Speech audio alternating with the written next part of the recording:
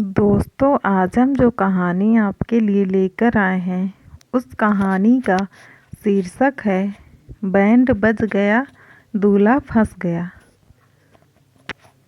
कहानी छोटे से गांव के एक साधारण लड़के की है जिसका नाम राजू था।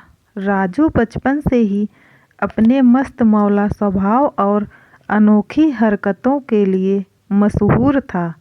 हर कोई उसे पसंद करता था क्योंकि वह हमेशा दूसरों की मदद करने के लिए तैयार रहता था।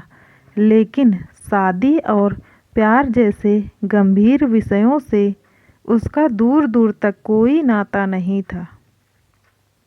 वह सोचता था कि ये सब बेकार की चीज़ें हैं और जिंदगी का असली मज़ा सिर्फ आज़ादी में है। लेकिन कहते हैं कि किस्मत के खेल निराले होते हैं। वहीं राजू, जो शादी और रिश्तों से दूर भागता था, एक ऐसी उलझन में फंस गया कि उसकी जिंदगी का सबसे बड़ा तमाशा बन गया। यह कहानी है उसकी शादी के दिन की, जब सब कुछ उल्टा पुल्टा हो गया। राजू के माता पिता उसके शादी के लिए बहुत परेशान थे। गांव के हर घर में किसी न किसी की शादी की बात चल रही थी, लेकिन राजू को ये सब पसंद नहीं था। उसकी माँ श्रीमती कमला देवी हमेशा कहती थी, राजू बेटा, अब उम्र हो गई है, घर बसाने का वक्त आ गया है। लेकिन राजू हर बार बात को टाल देता। एक दिन गांव के बड़े पंडित जी ने भविष्यवाणी की कि अगर राजू की शादी इस साल नहीं हुई तो उसका भाग्य खराब हो जाएगा। यह सुनकर उसके माता पिता ने ठान लिया कि इस बार राजू की शादी जरूर होगी।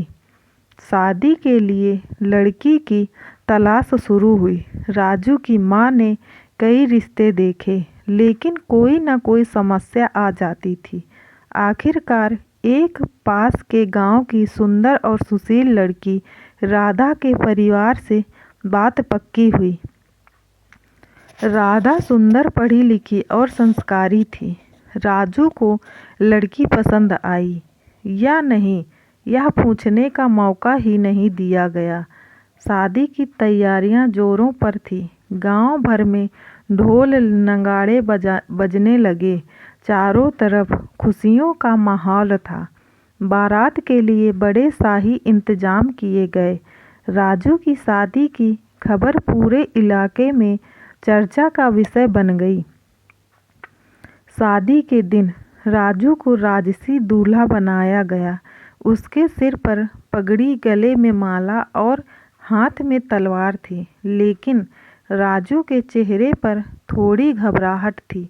उसे लग रहा था कि शायद वह इस रिश्ते के लिए तैयार नहीं है। बारात सज धज कर राधा के गांव की ओर निकल पड़ी। ढोल नगाड़ों की गूंज और नाचने गाते बारातियों ने माहौल में जान डाल दी।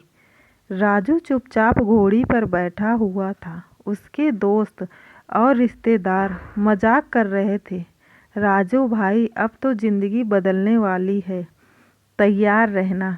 लेकिन राजू के मन में कुछ और ही चल रहा था। वह सोच रहा था, क्या मैंने सही फैसला लिया? क्या मैं इस जिम्मेदारी को निभा पाऊंगा? शादी का मंडप सजा धजा था, सब कुछ शानदार लग रहा था। लेकिन जैसे ही जयमाला का समय आया, अचानक एक लड़की मंडप में आ धमकी। वह लड़की जोर जोर से चिल्लाने लगी, यह शादी नहीं हो सकती, राजू मेरा है। सारे मेहमान हक्के बक्के रह गए। राजू ने उस लड़की को देखा और हैरान रह गया। वह उसकी कॉलेज की दोस्त पूजा थी। पूजा ने दावा किया कि राजू ने उससे प्यार का वादा किया था और वह किसी और से शादी नहीं कर सकता।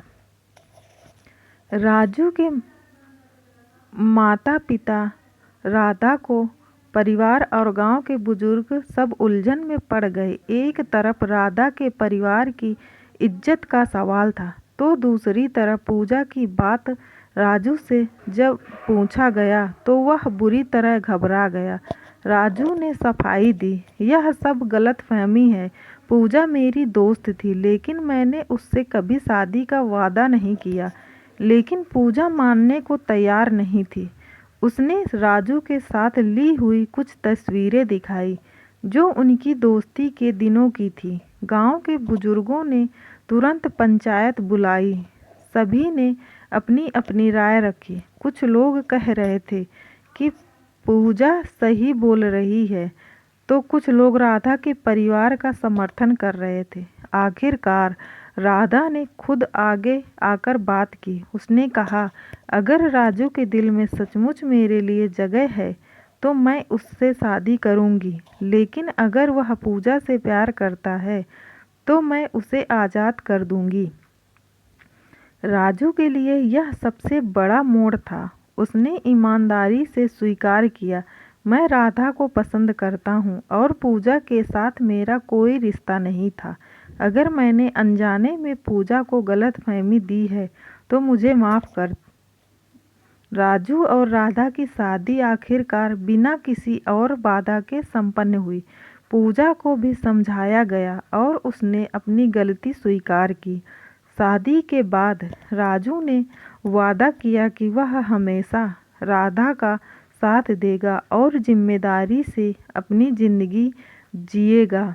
गांव में यह घटना एक लंबे समय तक चर्चा का विषय रही। हर कोई इस बात पर हंसता था कि कैसे बैंड बज गया और दूल्हा फंस गया, लेकिन राजू और राधा की जोड़ी ने यह साबित कर दिया कि सच्चे रिश्ते विश्वास और समझदारी पर टिके होते हैं। कहानी सिखाती है कि जीवन में किसी भी बड़े फैसले को सोच समझकर लेना चाहिए। रिश्तों में ईमानदारी और भरोसा सबसे ज़रूरी होता है। गलतफहमियां कभी-कभी बड़े विवाद का कारण बन सकती हैं, लेकिन समझदारी से इन्हें सुलझाया जा सकता है। दोस्तों, अगर आपको मेरी यह कहानी पसंद आई हो तो मेरी वीडियो को लाइक कीजिए, चैनल को सब्सक्राइब कीजिए और कमेंट करके ज़रूर बताइएगा कि यह कहानी आपको कैसी लगी। धन्यवाद।